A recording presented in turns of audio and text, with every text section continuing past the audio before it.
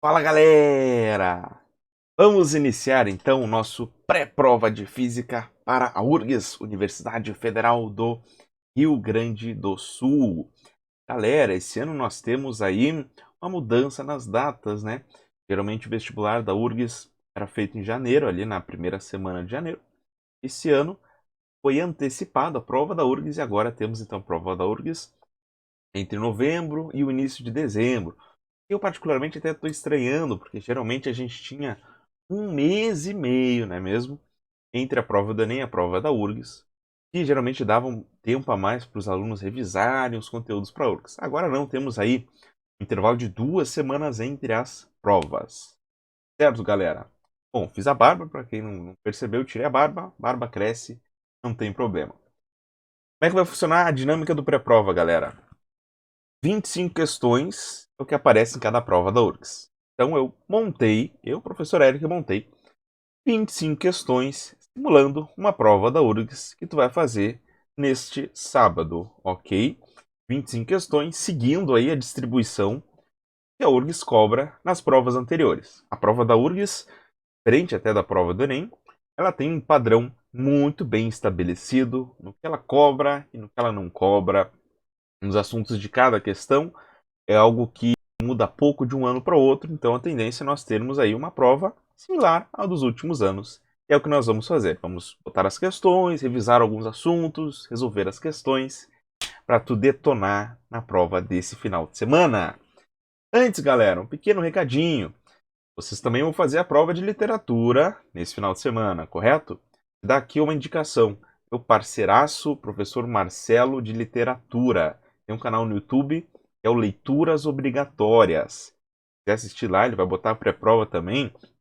Bota aí no YouTube, canal Leituras Obrigatórias do professor Marcelo de Literatura. O cara é fera na análise das obras, tá? Tem análise de leitura obrigatória e tudo mais. Depois de tu assistir aqui, dá uma conferida lá no canal dele também. Muito bem, vamos então ao que interessa. Vamos começar então nosso pré-prova com as 25 questões para a prova de física. Vamos lá.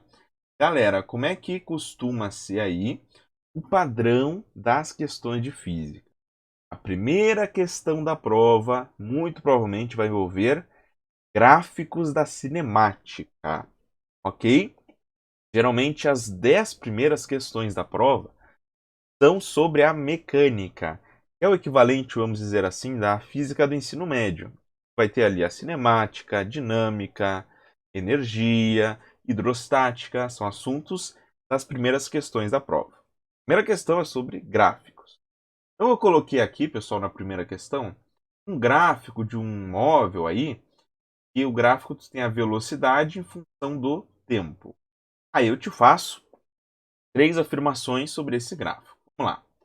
Primeira afirmação, na etapa 1, o móvel está parado. Não acha?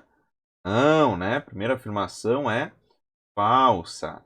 O móvel não está parado. Na verdade, ó, se tu notar na etapa 1, tem velocidade constante, ele está em MRU.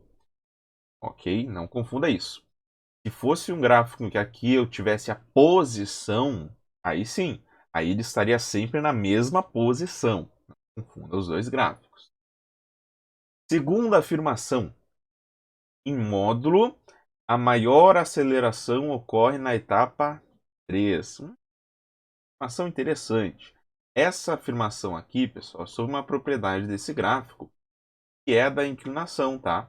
Quando eu tenho um gráfico de velocidade em função do tempo, vamos botar aqui, um gráfico é uma reta, tá? A inclinação desse gráfico está relacionada com a aceleração, certo? Quanto maior a inclinação da reta, módulo, maior a aceleração em módulo.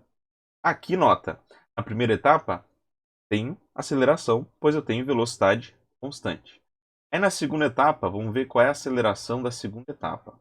Tá? Aceleração da segunda etapa. E a aceleração? Variação da velocidade, intervalo de tempo. Então, qual foi a minha variação da velocidade na etapa 2? Foi 10, né? Eu fui de 10 para 20. Então, 10 durante 5 segundos. Então, eu tenho 2 metros por segundo ao quadrado de aceleração na etapa 2. E já na etapa 3, aí eu vou ter uma aceleração de, vamos ver, qual foi a minha variação da velocidade, né? Fui de 20 para 0, então minha variação da velocidade foi menos 20, né? E diminuiu a velocidade. E durante 5 segundos ali, 10 para 15. Então eu tive uma aceleração de menos 4 metros por segundo ao quadrado. Em módulo, ou seja, ignorando o sinal, a aceleração da etapa 3 é maior do que na etapa 2. Certíssimo aqui. Terceira afirmação, a distância total percorrida pelo móvel é de 215 metros. Como calcularemos a distância percorrida? Aí tu tem que lembrar de outra propriedade desse gráfico velocidade por tempo, que é a propriedade da área. Olha só, pessoal, a gente tem a área do gráfico velocidade por tempo, a área vai nos dar a distância percorrida. Então, para calcular a distância total percorrida pelo móvel nessas 3 etapas, precisamos calcular toda essa área aqui. Essa área está sugestiva, né? Vamos pegar e dividir ela aqui em 3 pedaços. Calculamos a área desses 3 pedaços. Vamos às áreas e vamos ter a área total. A área aqui, primeiro aqui nós temos um retângulo, a área é 5 vezes 10, né? Base vezes altura, 5 vezes 10, 50. A primeira área é 50. Aqui essa segunda área, tu nota que a gente tem aqui é um trapézio, né? Isso aqui é um trapézio. Então, área de um trapézio, base maior mais base menor. E aí a base menor é 10, base maior vezes a altura no caso é 5, dividido por 2. Vê quanto é que dá isso? 10 mais 20, 30. 30 dividido por 2 é 15, ok? E 15 vezes 5 dá 70 e a área desse trapézio. E a área 3 aqui, temos um triângulo retângulo, a área é base vezes altura dividido por 2. Base 5 vezes altura 20 dividido por 2. Vai dar aqui 20 por 2 é 10. 10 vezes 5 dá 50. Então, nós temos essas áreas. Quanto é que vai dar, então, a área total da figura? 50 mais 50, 100. Mais 75, então, 175 metros é a área total. Lembra que a área nesse gráfico corresponde à distância percorrida. Também vai ser 175 metros. Não é, então, 215. A informação está falsa. Então, só a 2 está certa. Gabarito, então, letra B. Pessoal, dentro de gráficos, lembra muito, como a gente viu aqui, das propriedades de cada gráfico. Aqui eu vi contigo gráfico velocidade por tempo, mas também vale a pena tu dar uma olhada no gráfico posição por tempo, as propriedades desse gráfico e formatos desse gráfico. Posição por tempo, geralmente o que é cobrado é a propriedade da inclinação, tá? Vou só colocar aqui para tu lembrar. Tem um gráfico posição em função do tempo. Lá, é uma reta. Por uma reta é MRU. A inclinação desse gráfico, inclinação, daí vai estar relacionado com a velocidade do móvel. Mais inclinada, maior é a velocidade. Tá aí, primeira questão da prova sobre gráficos. Bora lá, segue. Segunda questão da prova. Coloquei aqui mais uma questão envolvendo cinemática, ok? Nessa questão nós temos um problema envolvendo velocidade média. Tem o seguinte, um carro vai de Porto Alegre até Florianópolis, cuja distância aproximadamente é de 500 km. Metade do percurso, o carro viaja a 80 km por hora. Na outra metade, viaja a 100 km por hora. Qual foi a velocidade média de todo o percurso? Pessoal, qual é a definição geral de velocidade média? Distância total percorrida dividido pelo tempo total da viagem. Inclusive, nesse tempo aqui, pessoal, Inclui o tempo que tu ficou parado, caso isso acontecesse. É todo o tempo da viagem, tá? Bom, aqui eu já tenho a distância total percorrida, né? 500 quilômetros, como tá ali. Agora, toma cuidado, né? Vamos fazer um desenho aqui, ó. Porto Alegre, Floripa. Metade do percurso, então, de 0 a 250 quilômetros, eu fiz a uma velocidade de 80 quilômetros por hora. A outra metade fiz uma velocidade de 100 quilômetros por hora. O que a nossa intuição vai mandar a gente marcar aqui? Pô, se uma metade eu andei a 80 e outra metade eu andei a 100, poxa vida, a média entre 80 e 100 é 90. Não vai ser 90, né? Não, não. E é pegadinha do malandro. Bom, nós temos que encontrar aqui qual é o tempo total que leva para fazer essa viagem de Porto Alegre até Floripa. Calculamos a velocidade média. E tu vai ver, não vai dar 90. Como é que a gente calcula o tempo total que levou para fazer essa viagem? Dá para dividir essa viagem em duas etapas, né? Ó, primeira etapa, eu andei 250 quilômetros a 80 quilômetros por hora. Ó, distância é igual a velocidade vezes tempo. Quero saber o tempo que eu levei nessa primeira metade. Passo dividindo. Tempo é a distância sobre a velocidade. Então, na primeira metade, eu levei quanto? Vamos ver aqui. A distância que eu percorri aqui na primeira metade foi de 250 quilômetros. E eu estava a uma velocidade de 80 quilômetros por hora. Então, o tempo que eu levei nessa primeira metade foi de 25 sobre 8 horas. 2, alguma coisinha, né? Agora, nessa segunda metade aqui, faço o mesmo esquema para achar o tempo.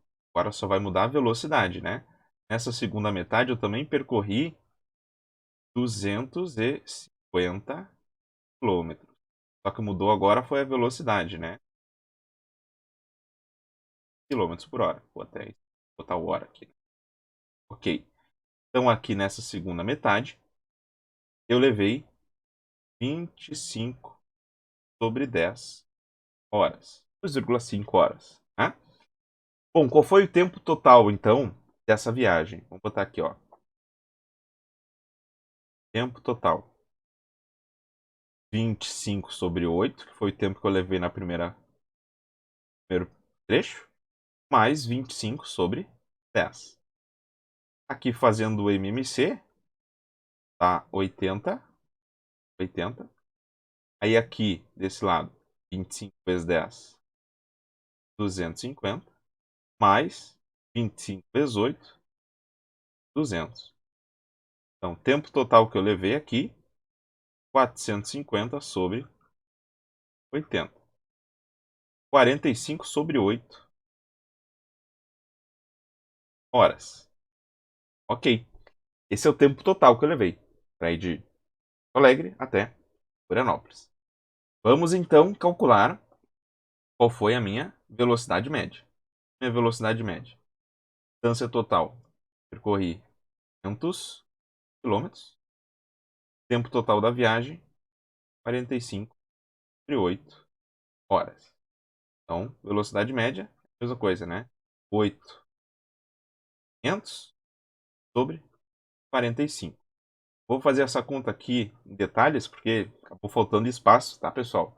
Mas essa conta aqui, se tu fizer, vai ficar com, ó, 8 vezes 500 dá 4.000. 4.000 dividido por 45, vai achar aí 88,8. É uma dízima periódica, na verdade, tá? Quilômetros por hora. Essa é a velocidade média de todo o percurso. Letra B.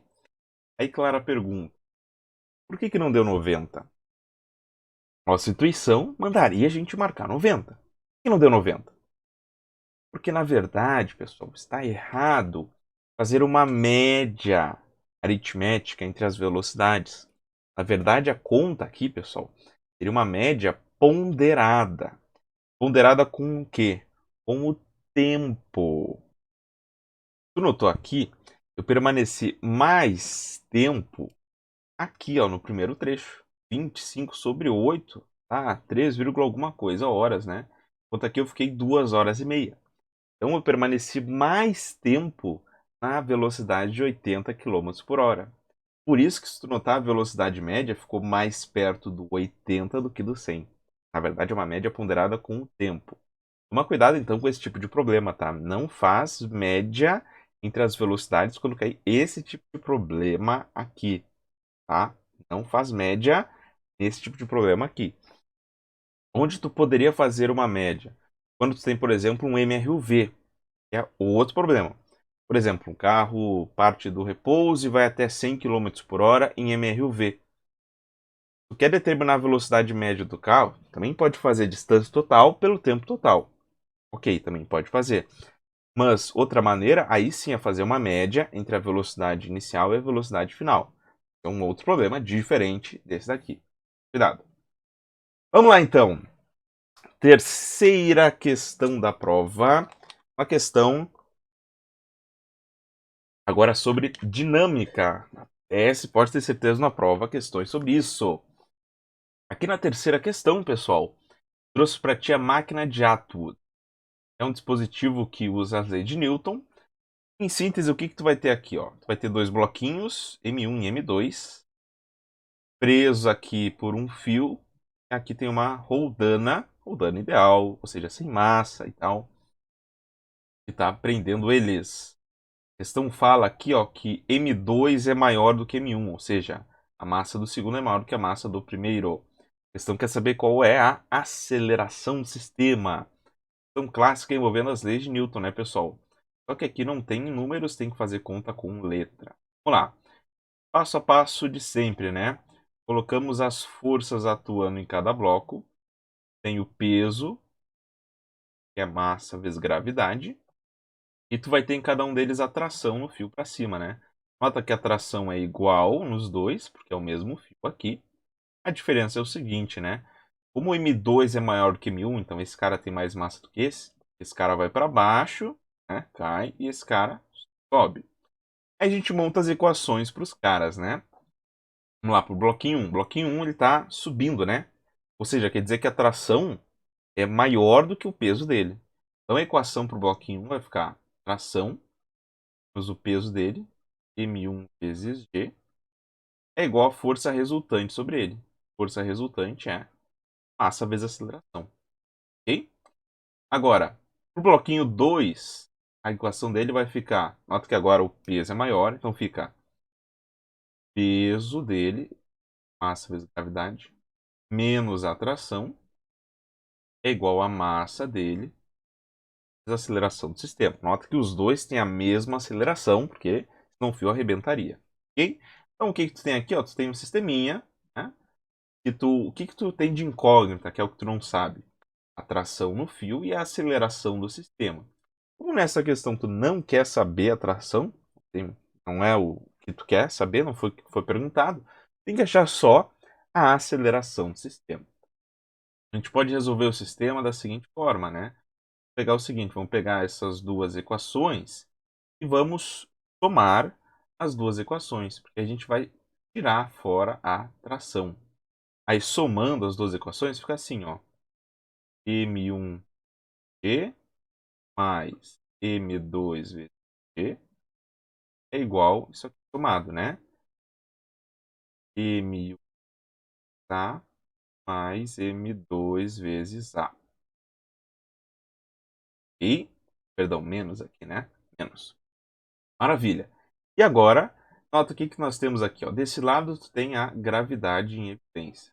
Gravidade em evidência. E aí, entre parênteses, tu fica com M2 mais M é igual. E aqui desse lado tu tem a aceleração do sistema em evidência. E aí fica M1 mais M2. Ok? E aí, como eu quero achar a aceleração do sistema, temos aqui. Então, bota lá para baixo esse parêntese. E a aceleração do sistema vai ficar M2 m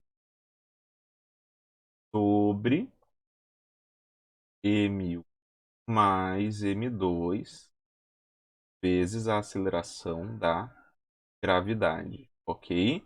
É uma questão envolvendo leis de Newton e dinâmica. Sempre nesse tipo de questão, pessoal, a gente resolve a questão assim. Pega, bota as forças atuando nos bloquinhos e monta as equações da dinâmica deles usando a segunda lei de Newton, né? E aí isola e encontra a variável, que no caso aqui era a aceleração do sistema. E aí ficamos então como gabarito, letra A para essa questão aqui. 2 menos m1 sobre m2 mais m vezes a gravidade. Ok? Claro, na questão pode envolver outras forças aqui. Força de atrito, força normal, ok? Sempre montando as equações conforme a gente montou aí. Toma cuidado na questão de força de atrito, ver se é atrito estático ou é atrito cinético. Lembra que atrito estático é quando tu não tem deslizamento entre as superfícies. Atrito cinético é quando tem deslizamento entre as superfícies. Maravilha? Vamos lá. Próxima! Quarta questão. Coloquei uma questão envolvendo movimento circular e uniforme. Ok. Uma questão de cinemática também, só que agora sobre MCU. Aqui eu coloquei uma questão de acoplamentos. Acoplamentos é interessante, pessoal, porque tu pode revisar várias coisas que envolvem MCU dentro desse assunto que é acoplamento. Aqui nessa questão tem o seguinte, ó, um conjunto de engrenagens interligadas ali, um motor qualquer, e aqui ele te dá a relação entre os raios das engrenagens. O raio da engrenagem A é igual ao da C. O raio da engrenagem B é igual ao da D. E o raio da engrenagem B é 3 vezes o raio da engrenagem da A. Ok. Ele fala o seguinte, a frequência da engrenagem D, ela tem uma frequência de giro que vale 12 Hz, 12 rotações por segundo. E quer saber qual é a frequência do motor, o motor que está na engrenagem A. Então tem que determinar qual é a frequência da engrenagem A. Bom, pessoal, o que a gente tem que fazer aqui, ó? Vamos ter que ir de acoplamento por acoplamento, analisando até chegar na engrenagem A. Nota que eu sei a frequência da engrenagem D, 12 Hz. A engrenagem D tem um acoplamento aqui com a engrenagem C, que é aquele acoplamento que eles têm a mesma velocidade linear, ok? Velocidade C é igual à velocidade de D, um ponto na periferia. É o mesmo acoplamento se eu tivesse isso aqui, ó, tivesse uma correia ligado neles. No caso ali não tem a correia, né? Eles estão diretamente em contato, mas não tem problema. É o mesmo tipo de acoplamento. Acoplamento de correia, pessoal, a velocidade linear aqui e aqui tem que ser igual, para a correia não arrebentar. Então, o que nós temos ali? A velocidade de C é igual à velocidade do D. Só que velocidade, pessoal, como é que eu posso calcular a velocidade de um ponto em MCU? Pode ser 2πr sobre o período, referência sobre o tempo para fazer a circunferência, ou também, lembra que o período é o inverso da frequência, né? Então, 2πr vezes a frequência. Nesse caso, vamos usar a frequência, porque é o que a gente está lidando aqui na questão. A gente pode dizer o seguinte, ó, 2π, raio da C, frequência da C, é igual a 2 raio da D, frequência da D. Já dá para cortar o 2π aqui no meio. Agora, qual é a relação entre o raio da C e o raio da D? Bom, pensa comigo. D, a questão fala, tem o mesmo tamanho que o B. D tem o mesmo tamanho que o B. Assim como o A tem o mesmo tamanho que o C. Ok? Então, essa relação entre B e o A também vale para o C e para o D. O raio do D, que é igual ao raio do B, é 3 vezes o raio do C. Então, tu pode, por exemplo, no lugar do raio do D, colocar 3 vezes o raio do C. E aí tu vai poder encontrar a frequência da engrenagem C. Corta aqui o raio do C. Olha a relação que tu encontra. Que a frequência do C é 3 vezes a frequência do D. Só que a frequência do D é 12. Quanto que vai ser a frequência C?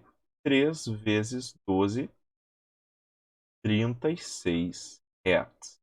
Maravilha, essa é a frequência do C. Mas cuidado, não é a do A ainda.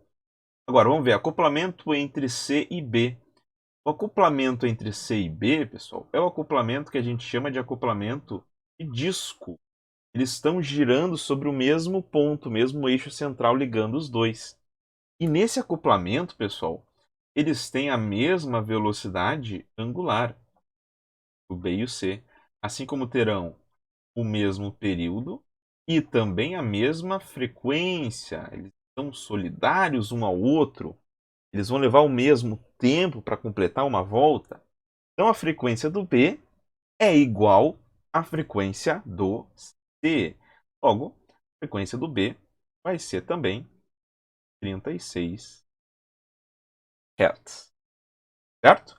E aí fechamos agora para encontrar a frequência do motor, que é a engrenagem A.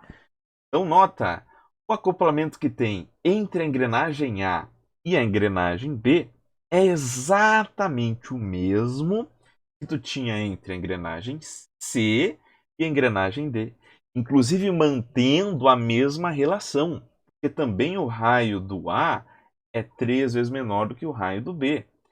Portanto, galerinha, nota, a frequência do A vai ter essa mesma relação aqui. Ela vai ser 3 vezes a frequência do B. Só que a frequência do B é 36, né? Então a frequência do A é 3 vezes 36. Frequência do A, então, 3 vezes 36, 108 Hz. Essa que é a frequência da engrenagem A. Letra E, então, para essa questão aqui. Como a gente revisou, muitas coisas envolvendo o MCU. Tipos de acoplamentos, as suas características e as expressões do MCU. Destaco aqui também, tá, pessoal? Não envolvi essa questão, mas vale relembrar. Aceleração centrípeta, aquela aceleração que aponta para o centro, que é o que faz o corpo fazer curva. Como é que eu posso determinar? V quadrado sobre R, velocidade ao quadrado sobre o raio, ou também ômega ao quadrado vezes o raio, velocidade angular ao quadrado vezes o raio. Pouca gente conhece isso daqui, mas também pode ser. Maravilha, maravilha. Fechou então as questões de cinemática. Acredito que no máximo apareça 3, como colocamos aqui. Vamos lá então para a questão 5.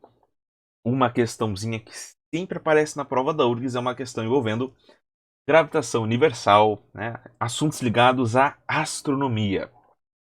Aqui tu tem uma questão que vai envolver uma elipse, que é o formato da órbita dos planetas, e aí tu tem 3 afirmações sobre a órbita aqui elíptica de um planeta em torno do Sol, um planeta hipotético aí. Primeira afirmação: as velocidades de translação do planeta nos pontos D e C, cadê o ponto D? Ó? O ponto D aqui e o ponto C aqui, são tais que a velocidade em D é maior do que em C. Será que isso está certo? Sim, está certo. Por quê? Vamos lembrar, o C, pessoal, onde é que está o C? O C é o afélio. Vamos lembrar, onde é que a velocidade do planeta é a menor possível? É no afélio. Onde é que a velocidade é a maior de toda a órbita? No periélio. Então o planeta ele é bem devagarinho aqui, ó, bem devagarinho, e aí no periélio ele fica rápido. É assim que é a órbita do planeta, certo? Então, quanto mais perto do periélio está o planeta, mais rápido ele vai estar. Então, nota que o ponto D está ali mais perto do periélio, né? O ponto C está no afélio. Então, sim, a velocidade em D é maior do que em C. 2. O quadrado do período orbital do planeta é proporcional ao cubo da distância AC elipse. E aí, será que isso está certo? Tem uma pegadinha aqui, glu glu iê, toma cuidado, está falso. Isso aqui está falando da terceira lei de Kepler. A terceira lei de Kepler que fala que o período do planeta ao quadrado, t quadrado, sobre o raio médio da órbita ao cubo é uma constante. Então, são proporcionais. Aparentemente é o que está sendo descrito ali na segunda afirmação. Mas qual é o problema? Pessoal, o que é o raio médio da órbita? O que é o raio médio da órbita? É isso aqui, ó. Da borda da elipse até a elipse. Esse é o raio médio da órbita. E não a distância AC. Essa que tá a pegadinha. Ele falou de a distância AC seria tudo isso daqui. Não é? Pegadinha da questão. E a terceira afirmação. A força gravitacional exercida pelo Sol no planeta está direcionada para o centro da elipse. Pontos A e C. Então, ou seja, quando o planeta está nos pontos A e C, a força gravitacional está direcionada para o centro. Bom, pessoal, rigorosamente a força, na verdade, está direcionada para o Sol. Se eu pego aqui, por exemplo, sei lá, o planeta está aqui, ó. A força gravitacional exercida pelo Sol. O planeta aponta para o Sol, em qualquer ponto. Bota o planeta aqui também, direcionada para o Sol. Só que nos pontos A e C, se tu notar, ó, a linha que une o planeta ao Sol, ó, passa pelo centro da elipse. Então a força gravitacional que o planeta exerce ali, que o Sol exerce no planeta, aponta para o centro. Nesses dois pontos acaba dando uma coincidência, tá? Mas rigorosamente é só para o Sol. Maravilha? Então ficamos com 1 e 3 corretas. Gabarito letra D. Comentários a mais desse assunto, tá, pessoal? Lembra que a força gravitacional, que é de atração entre duas massas, é dada por Gzão, Mzão, Mzinho, que é as duas massas, sobre a distância ao quadrado. Aí pode ser aquela discussão entre a proporção entre a força e a distância. Ó, inversamente proporcional ao quadrado da distância. Outra coisa que é uma consequência disso, se perguntar, é da aceleração da gravidade de um planeta. Gzão Mzão sobre d ao quadrado. Esse é o valor da aceleração da gravidade de um planeta. O d, no caso, é a distância que tu tá para o centro do planeta. Okay? Não para a superfície, para o centro do planeta. Perfeito! Pessoal, vai ter aí um grupinho de questões que vão envolver trabalho de uma força, potência, conservação da energia mecânica, impulso, quantidade de movimento e colisões, tá? Vou botar aí umas 3 questões mais ou menos sobre isso, às vezes até mais, tá? Então é legal dominar esses assuntos. Aqui, pessoal, eu coloquei uma mesma situação, um enunciado que vai valer para 2 questões, que são 6 e 7 dessa prova aí. Vai ter uma esfera metálica de massa 5 kg. A esfera metálica está suspensa horizontalmente por um fio de comprimento igual a 5 metros. 5 metros. Em dado instante, a esfera é solta e quando ela for atingir o solo, ela colide inelasticamente com uma caixa de massa 10 kg, ficando acoplada com a mesma, conforme a figura. Ela vai andar junta da caixinha. É o que a gente chama de uma colisão totalmente inelástica, quando os corpos andam juntos depois da colisão. Segue. Desprezando forças dissipativas que possam atuar no sistema, ou seja, atrito, né? E supondo a aceleração da gravidade 10, responda. Pergunta 6. Qual é a velocidade da esfera imediatamente antes da colisão? Bom, essa é uma pergunta que envolve a conservação da energia mecânica. Ó, pessoal, não tem forças dissipativas no sistema, a energia mecânica inicial é igual à energia mecânica final num evento que tu está considerando. Quando não tiver atrito, coisas assim, tá? O que é energia mecânica? Vamos lembrar. Energia mecânica é a soma da energia cinética com a energia potencial. Essa energia potencial pode ser potencial gravitacional ou potencial elástico. No caso aqui, vamos identificar, ó, a bolinha está aqui em cima, né? E ela está parada. Então aqui ela só vai ter energia potencial gravitacional. Ela tem altura em relação aqui ao solo, nosso nível de referência. Não tem energia cinética porque ela está inicialmente parada. E nem energia potencial elástica porque não tem nenhuma mola presa a ela. Nota que aqui ela está a uma altura que vale 5 metros, né, em relação ao solo. Como é que eu sei que é 5 metros? É o comprimento do fio. Falou. Então, inicialmente, eu só tenho energia potencial gravitacional na energia mecânica. Energia potencial gravitacional é mgh. E aí, conforme ela desce, ela chega até aqui, imediatamente antes de bater na caixinha, a energia potencial gravitacional dela vai ter sido transformada em energia cinética. Então, no final, tu vai ter energia cinética somente. Energia cinética é mgh. V quadrado sobre 2. Dá para cortar a massa, que nem precisava saber a massa. Substituindo os dados, fica gravidade 10, altura 5, igual a V quadrado sobre 2. Vamos lá, pulo para cá. 50 é igual a V quadrado sobre 2. Boto 2 para lá, fica 100, né? V quadrado vale 100. Tiro a raiz agora. V, velocidade, é a raiz de 100. Raiz de 100 que é 10. Aí, fechou. 10 metros por segundo é a velocidade da bolinha imediatamente antes de colidir lá com a caixinha.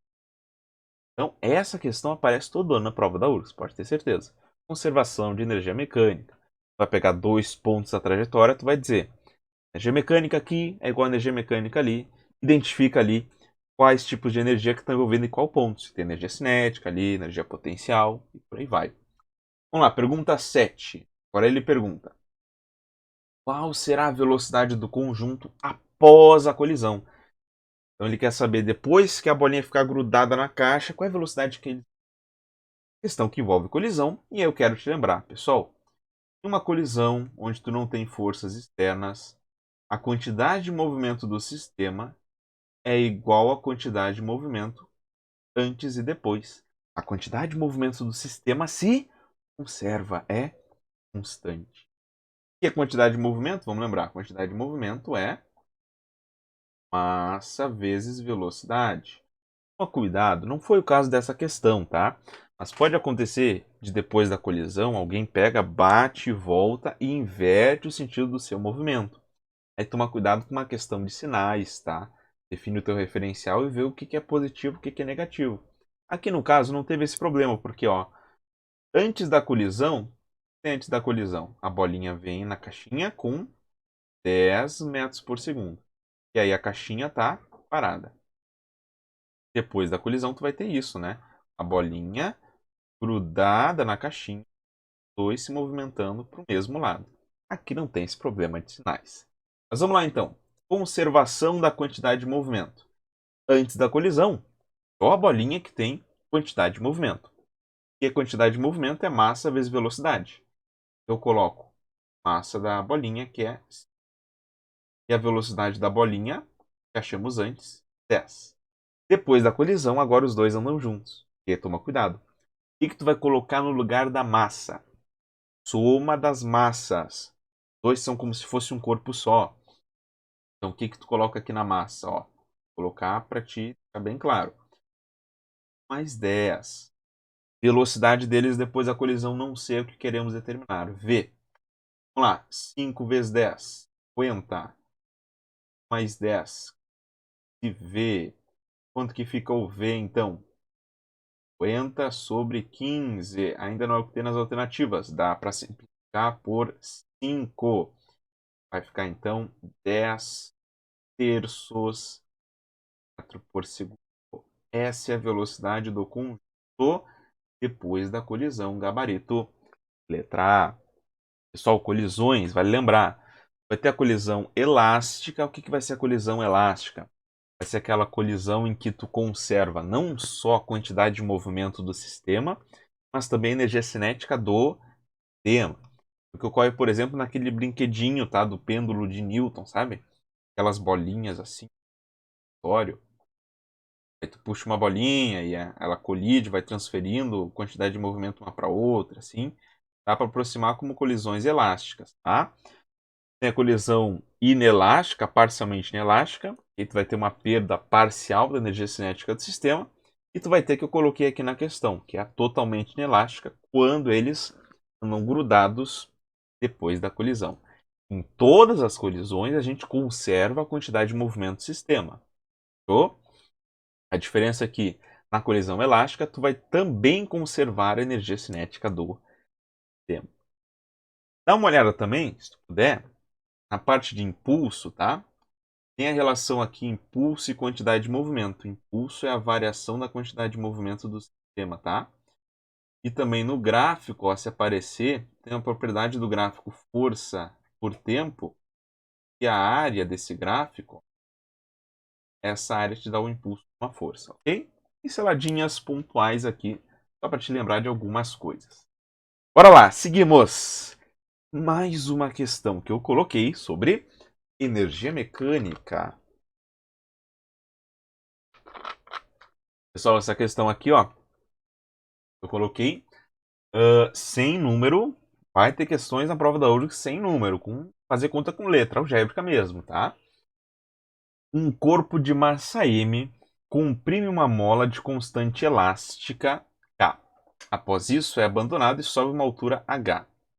Utilizando G como campo gravitacional, a pergunta é: qual deve ser a compressão x da mola para que o corpo alcance essa altura, desprezando as forças dissipativas? Mais uma, né? Então tu pega assim, ó, pega esse instante inicial aqui, esse inicial, aqui, ó, tá? Aqui, se o corpo está parado e ele está deformando uma mola, agora ele vai ter energia potencial elástica. E só energia potencial elástica.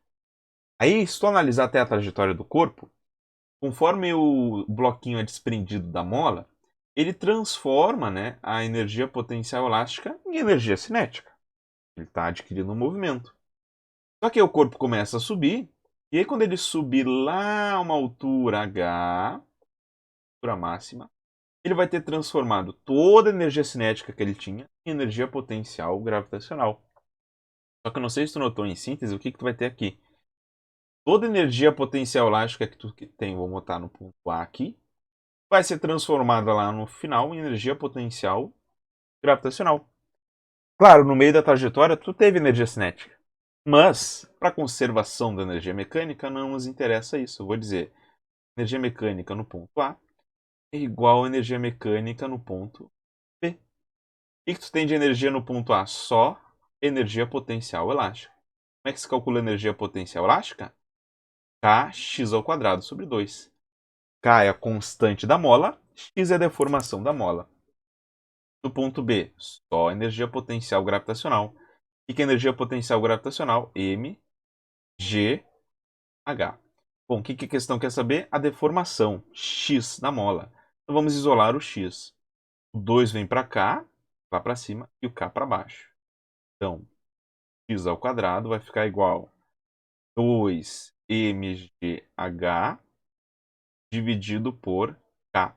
Ainda tem que pegar e ó, tirar a raiz. Tiro a raiz, quanto que fica o x então? Raiz de 2mgh sobre k. Tudo dentro da raiz, tá? Essa é a deformação da mola. Raiz de 2mgh sobre k. Olhando as alternativas, aqui só está escrito como elevado a 1/2, né? Elevar alguma coisa a 1/2, tirar a raiz é a mesma coisa. Então o que tem tudo ali dentro da raiz, essa daqui é a B, né?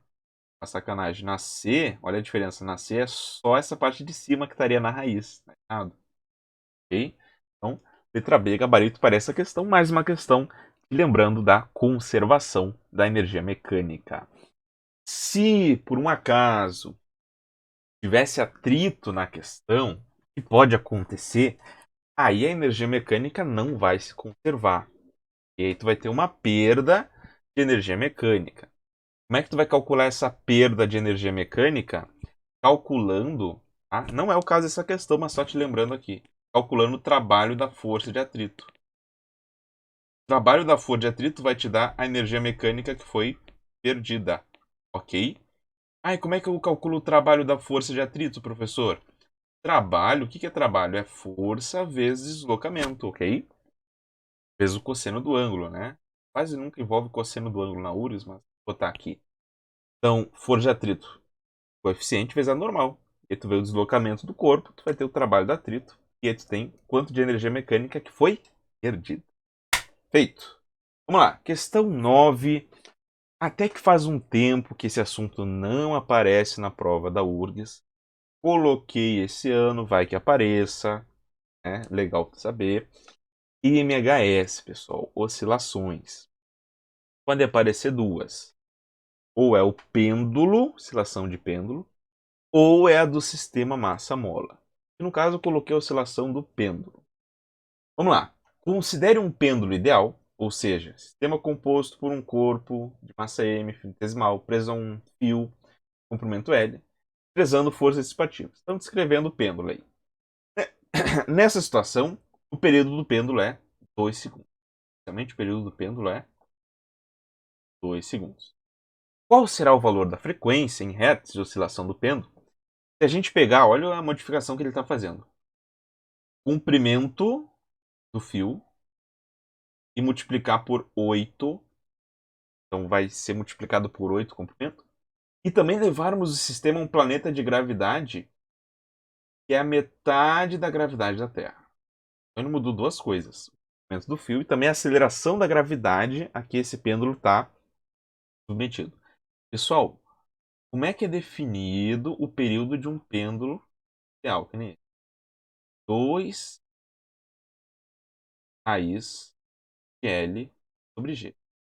L é o comprimento da corda, G é a aceleração da gravidade. Nota aqui, hein?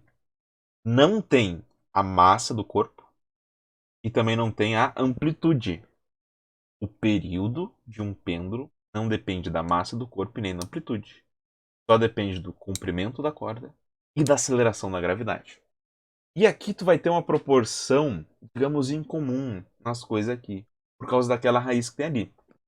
Mas olha só o que ele fez. Ele pegou o comprimento e multiplicou por 8. Tu viu ali?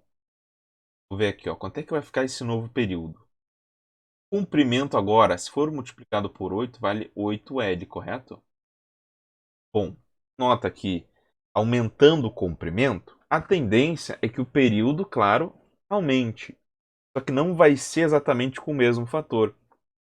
O cara pegou o comprimento e multiplicou por 8, o período do pêndulo não vai ser multiplicado por 8, assim pela raiz de 8, por causa daquela raiz ali. Mas além de mudar o comprimento, o cara também mudou a gravidade. Pegou a gravidade e dividiu por 2, G sobre 2. Nota que o 2 pode inverter ali, e esse novo período vai ser quanto? 2 e 16L sobre G. Raiz de 16 é quanto? 4, né? 4 vem aqui para fora. 4, 2 e raiz de L sobre G. Por que eu estou te mostrando isso? Ó? Isso aqui era o período que tu tinha inicialmente. Ó. Viu o que aconteceu com o período, então? O período foi multiplicado por 4 períodos desse pêndulo.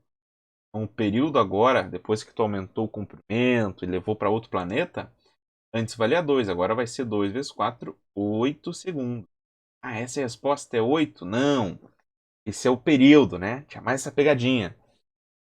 A questão está perguntando, na verdade, o valor da frequência. O período agora vai ser 8 segundos. Mas a frequência é o inverso do período. Então, a frequência é 1 sobre 8 Hz. Esse é o valor da frequência desse pêndulo. Certo, pessoal? Tem essa proporção aí, então, né? Digamos estranha, uma raiz entre o período e o comprimento e a gravidade. Ok? Galera, se perguntarem do sistema massa-mola, tá? O que é o sistema massa-mola? Bloquinho preso numa mola e oscilando, tá? Quanto que vale o período do sistema massa-mola? 2π. Raiz é o que muda, é o que tem dentro da raiz agora. M sobre K. M é a massa do bloquinho que tem ali e K é a constante da mola. Nota que o período do sistema massa-mola, esse sim depende da massa que está ali. Maravilha? Gabarito, então, para essa daqui, letra A. Show de bola! E vamos para a questão de número 10.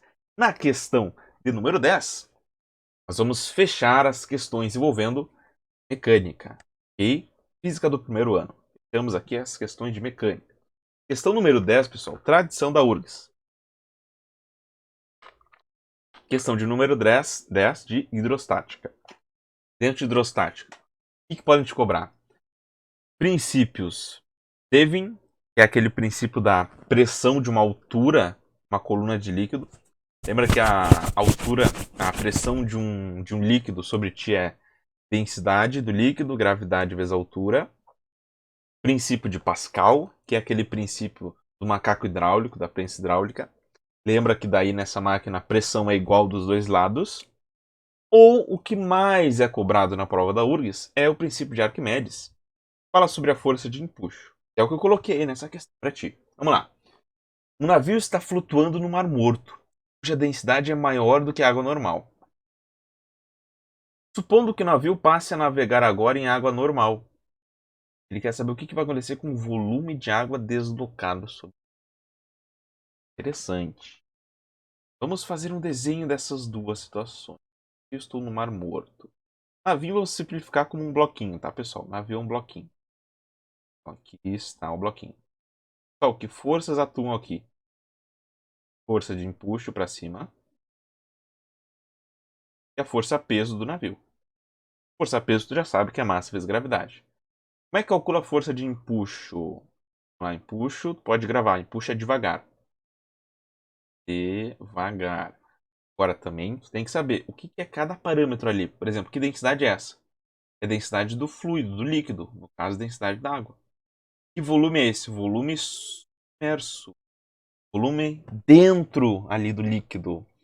Que é a mesma coisa que o volume de água deslocado, né? Quando tu mergulha alguma coisa na água, aquele volume de objeto que entrou é o volume de água que vai ficar deslocado. Tranquilo? Nota. Se o navio está em equilíbrio, nas duas situações, quanto que vai valer o empuxo que ele sofre? Tem que ser igual ao peso dele, peso do navio. Tanto faz se ele está na água normal ou na água do Mar Morto. Tranquilo? Ah, Sônia, então o empuxo é igual, então não vai mudar? Não, aí que tá. Puxo, devagar. Nota. Quando ele foi Mar Morto para água normal, digamos assim, o que ele diminuiu? A densidade, né? Ele está indo numa água que tem menos densidade. Só que tu tem que manter o mesmo empuxo. Tá em equilíbrio. O empuxo tem que ser o mesmo. Então, se tu diminui a densidade do líquido para manter o mesmo empuxo, a gravidade não vai mudar, tu está no mesmo planeta. Vai ter que aumentar o volume submerso, o volume de água deslocado. Então, o volume de água deslocado aumenta. Aí toma cuidado, vamos nas alternativas. Letra A. Aumenta, pois o empuxo sobre o navio aumenta. Errado. O volume aumenta, mas não é porque o empuxo aumenta. O empuxo que ele sofre no Mar Morto e na água normal é o mesmo, a força de empuxo. Tá falso. Letra B. Aumenta, pois a densidade do líquido diminuiu. Exatamente isso. Letra B, então. Tranquilo? Ó, te dou uma dica também, tá? Também daria para resolver essa questão, ó. Quando a gente pega, no caso do corpo flutuando, tá? Como é o caso aqui, corpo flutua, tá? Corpo flutua. Pega a densidade do corpo, divide pela densidade do fluido, se tu faz essa conta, vai ter a fração do corpo imersa no fluido, ou seja, a fração que ficou ali dentro, perdida. Nem, por exemplo, tu pega água e gelo, né? A densidade do gelo é 0,9 gramas por centímetro cúbico. A densidade da água é 1 grama por centímetro cúbico. Então, se tu mergulha gelo na água, densidade do gelo dividido pela densidade da água, 0,9 por 1, 90%. O que significa isso? 90% do gelo fica dentro da água, imergido na água. Então, questão 10 da prova da URGS, hidrostática. Acho, tá, que tu deve dar uma atenção maior para princípio de Arquimedes e empuxo, é o que apareceu mais. Mas pode aparecer também princípio de Pascal, princípio de Devin. Fechamos então, olha só, as questões de mecânica. Depois, pessoal, das 10 questões de mecânica, claro, tô fazendo a prova, recomendo fazer assim, ó. Dá uma relaxada, espreguiça os braços, assim. Toma uma aguinha, né? Porque a batalha ainda tá um pouquinho antes da metade da prova. O que vai vir agora para ti? Costume da prova da URGS. 4 questões envolvendo termologia. Termologia vai ser a área da física, né, que estuda conceitos relacionados a calor e temperatura. O que eu botei aqui, pessoal? Coloquei a questão 11 envolvendo dilatação térmica. Não é todo ano, tá, que aparece dilatação térmica. Um aparece, outro não aparece, não é uma coisa frequente tanto assim na prova. Quanto à escala de temperatura, tá, pessoal? A Celsius, Kelvin, Fahrenheit, pode esquecer isso aí. A prova da URGS coloca bem no edital, bem explícito ali. É só Celsius e Kelvin, não tem aquele esqueminha dos termômetros, tá? Vamos lá, questões de dilatação. Duas barras A e B, comprimentos iniciais LA igual a 4LB, comprimento inicial de uma é o quádruplo da outra. E coeficiente de dilatação que tem essa relação, alfa do A igual a alfa B sobre 2. Sabendo disso, caso as duas barras sofram a mesma variação de temperatura, ele quer saber qual é a relação entre as variações de comprimento das barras. Bom, vamos lembrar. Dilatação térmica. O ΔL, que é a variação do comprimento do corpo, é o quê? Vezes o coeficiente de dilatação linear, vezes a variação de temperatura, correto? Bom, quanto que vai ser aqui a variação de temperatura do ar? Comprimento inicial do ar, que é a questão que chama de LA, coeficiente de dilatação do ar, vezes a variação de temperatura. Mesmo vale para o B. B, variação de comprimento é comprimento inicial, vezes a coeficiente de dilatação, vezes a variação de temperatura. Agora, se eu colocar ali as relações que ele deu, ó, ele falou que o comprimento inicial do A, LA, é 4 vezes o comprimento inicial do B. Então, troca, ó, 4LB. Ele também falou que o coeficiente de dilatação do A é a metade do coeficiente de dilatação do B. Tá? Essa variação de temperatura. Aqui dá para simplificar o 4 pelo 2, né? Aí olha o que tu chega. Variação de comprimento do A. 2LB, alfa B, variação de temperatura. Tá, ó. Isso que tu tem aqui é exatamente a variação de temperatura do B. Então qual é a relação? ΔLA, que é o quanto que o A cresce, é 2 vezes ΔLB, certo? Essa é a relação que tu vai ter entre os dois, ou como tá ali, né? ΔLB com a ΔLA sobre 2. Era uma questão mexendo aí com as proporções entre a variação do comprimento inicial, e o coeficiente de dilatação. Certo, pessoal? Lembrando aqui, tá? Se aparecer essa pegadinha, lembra relação entre os coeficientes de dilatação. Beta, que é o coeficiente da dilatação superficial, é o quê? 2 vezes o alfa. E o gama, que é o coeficiente da dilatação volumétrica, é o quê? 3 vezes o alfa, tá? Toma cuidado, que a questão pode estar falando de uma dilatação superficial ou de uma dilatação volumétrica, mas te dá ali o coeficiente da dilatação linear. Toma cuidado para não cair nessa pegadinha. Vamos lá. 12. Vou ter agora uma questão teórica sobre calorimetria. Nessa questão, ela está falando sobre os conceitos de temperatura e calor. A questão faz 3 afirmações e tu tem que ver qual é verdadeira e qual é falsa. Vamos lá. Primeira afirmação. Quando um corpo possui calor, sua temperatura é alta. Falsa, extremamente falsa. Pessoal, não confunde isso. O corpo não possui calor, não existe isso, tá? Calor é uma energia em trânsito de um corpo para outro. O corpo não possui calor, um corpo possui energia interna. Falsa. 2. Um corpo, ao receber calor, sempre aumenta de temperatura. Falsa também. Qual é o problema aqui? Ó? No sempre, generalizações. Um corpo pode receber calor e, por exemplo, não mudar de temperatura e mudar de estado físico. É que a gente tem uma troca de estado físico, por exemplo. Quando o gelo vai congelar, gelo puro, ele recebe calor, só que ele fica a 0 graus Celsius e ele troca de estado físico. Então ele está recebendo calor e não está mudando de temperatura. Falso. Até por eliminação aqui já dava para marcar, né? 3, a correta, a letra C. Mas só conferindo. Troca de calor não é a única maneira de variar a temperatura de um corpo. Está certo. Lembrar aqui, pessoal, primeira lei da termodinâmica. Ó. ΔU é igual a Q menos W. O que é o ΔU? Variação da energia interna. Q, quantidade de calor trocado. W, trabalho. Olha a sacada, pessoal. ΔU, eu quero que tu relacione energia interna com temperatura, tá? Quando a energia interna aumenta, a temperatura aumenta. Quando a energia interna diminui, a temperatura diminui. Certo? Então, por exemplo, isso aqui está dizendo o seguinte: pode variar a energia interna de um corpo, ou seja, variar a temperatura, em outras palavras, dando calor para ele, ou também através da realização de trabalho, que é quando, por exemplo, tu pega um gás e tu comprime um gás, está dando energia para ele através de trabalho e não de calor, certo? Então a 3 está certa, letra C para isso. Vamos lá. Sol, a 13 a 14, conversar sobre gases, sobre as leis da termodinâmica principalmente, ok? Na prova da URGS, a primeira lei da termodinâmica, pode apostar que cai todo ano de uma maneira ou outra. A segunda lei, que fala sobre as máquinas térmicas, tá? Máquina de Carnot, rendimento de uma máquina térmica, pode cair, não é todo ano que cai. Vamos lá. Eu tenho dois enunciados, um enunciado para duas perguntas. Coloquei aqui nessa questão o seguinte: um processo cíclico que um gás sofre, e ali tu tem o gráfico de pressão em função do volume do gás.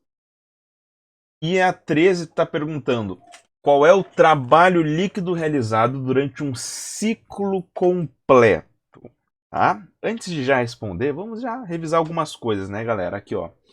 Esse ciclo aqui que tu tem na questão, olha só. Na etapa AB, o que tu tem na etapa AB?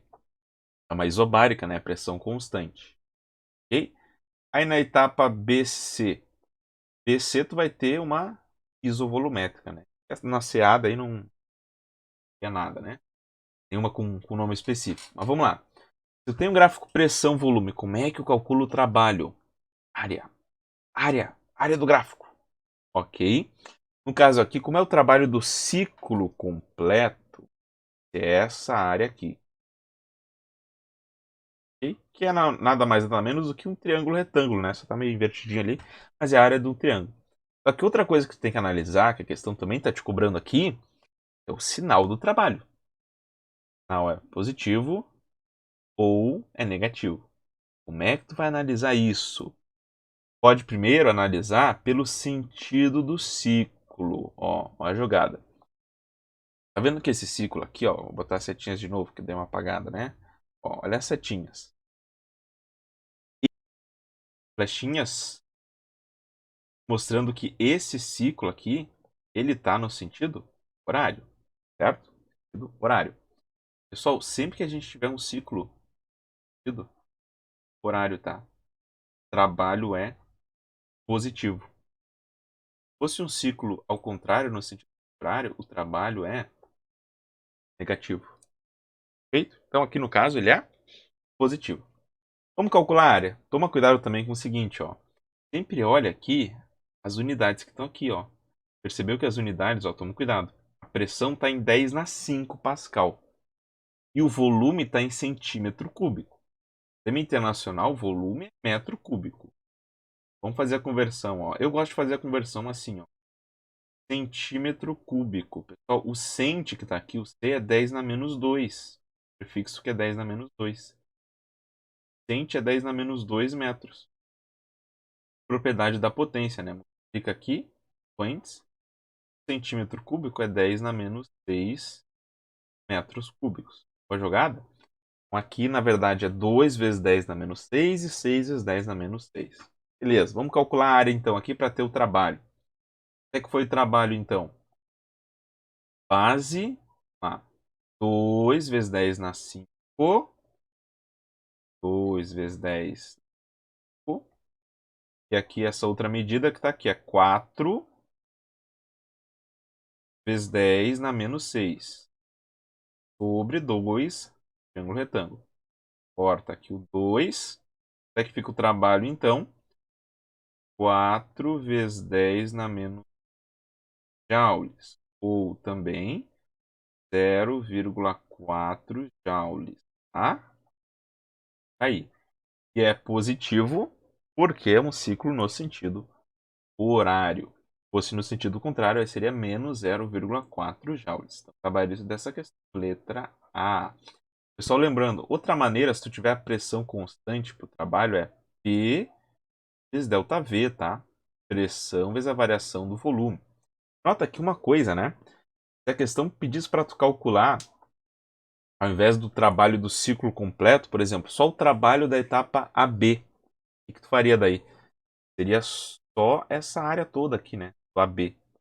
Na etapa BC, tá aqui, ó, trabalho da etapa BC. Quanto é que é o trabalho da etapa BC? É zero, né? E na etapa BC não varia o volume do gás. Tem realização de trabalho. E se fosse o trabalho da etapa CA, seria essa área aqui, né? A CA até o final. Só que aí o da CA seria um trabalho negativo. Segue. Ó, mesmo gráfico, agora outra pergunta. Qual é a relação entre as temperaturas nos pontos A e C? Ah, mas Sor, gráfico é pressão e volume. Como é que eu vou saber as temperaturas? Tá, meu amigo, olha a dica que eu te dou, hein? Olha a dica que eu te dou. Equação de Clapeyron para um gás. PV igual a nRT. Vou escrever a equação aqui. Nota. Aqui, N e R, que é o número de mols e a constante, não mudam. Isso aqui está me dizendo que o produto PV, produto pressão vezes volume, é proporcional à temperatura. Sacou? Então, se aparece um gráfico pressão-volume e eu tenho que saber onde é que tem mais temperatura ou relação entre as temperaturas, como é que eu vou achar isso? Fazendo o produto PV, fazendo pressão vezes volume. O produto PV está relacionado com a temperatura. Então, olha a sacada. Eu tenho que analisar o ponto A e o ponto C, né? A e ponto C. Quanto é que dá o produto PV aqui para o ponto A? Pressão vezes volume. 3 vezes 2, 6, né? Para o ponto C, 1 vezes 6, 6. O que dá a mesma coisa? Deu a mesma coisa, né? Se deu a mesma coisa, qual é a conclusão? Qual é a conclusão? Isso significa que a temperatura dos dois é a... exatamente. Então a temperatura em A é igual à temperatura em C. Maravilha, perfeito. Bom, galera, aqui tem uma questãozinha legal também que é a seguinte, ó. Pega o gráfico, ainda sobre isso, tá? De uma isotérmica, de uma diabática, o gráfico é muito parecido, tá? É uma curvinha assim dos dois e é muito parecido o formato. Já caiu questão perguntando isso. O cara só te dava essa curva assim? Ele te dava as coordenadas dos pontos, claro. Aqui. E ele te perguntava se isso era uma isotérmica ou uma diabática. Como é que tu vai saber se é uma isotérmica ou uma diabática? Na isotérmica, a definição isotérmica, a temperatura é constante. Toma cuidado. O que é a transformação adiabática? Na adiabática é a transformação onde tu não tem troca de calor. Maravilha? Toma cuidado. Na adiabática, a temperatura muda. Tem troca de calor. Então, se tu tem esse gráfico aí, e tu quer determinar se é uma isotérmica ou adiabática, o que tu faz? Faz pressão vezes volume para os dois pontos. Se pressão vezes volume for constante para os dois pontos da curva ali, pode ter certeza que tu está numa isotérmica. Ah, e se não der constante, aí tu vai estar lidando com uma diabática. Vai ter dica para ti. Fechou? Fechou? Vamos lá. Saímos aí então de termologia. Lembra que são 4 questões, geralmente da 11 até a 14. Da 15 agora, o que tu vai ter? Mais ou menos da 15, 16, 17 e 18, tá? 4 questões. Tudo envolvendo eletromagnetismo. Eletrostática, eletrodinâmica, magnetismo, fenômenos magnéticos, por aí. Pessoal, na última prova, não teve circuitos elétricos na prova, que foi uma relativa surpresa, e apareceram 2 questões sobre eletrostática. Eu acredito que isso não se mantenha para esse ano, afinal, toda prova de física que se preze sobre o ensino médio, né, tem que ter uma questão sobre circuitos elétricos, pelo menos. Então, eu vou botar aqui, tu vai ver, questão 15, que é padrão já de eletrostática, e a 16 de eletrodinâmica, solução de circuitos elétricos. Vamos lá, questão 15. Duas esferas condutoras iguais, x e y, carregadas com cargas iguais a mais q e menos q, respectivamente. O professor de física encosta uma esfera na outra e, após isso, elas são separadas por uma distância d. Após esse processo, as esferas estão carregadas com cargas iguais a quanto? Então, eletrização, né, galera? Nós temos aqui uma questão que primeiro pergunta sobre eletrização por contato, né?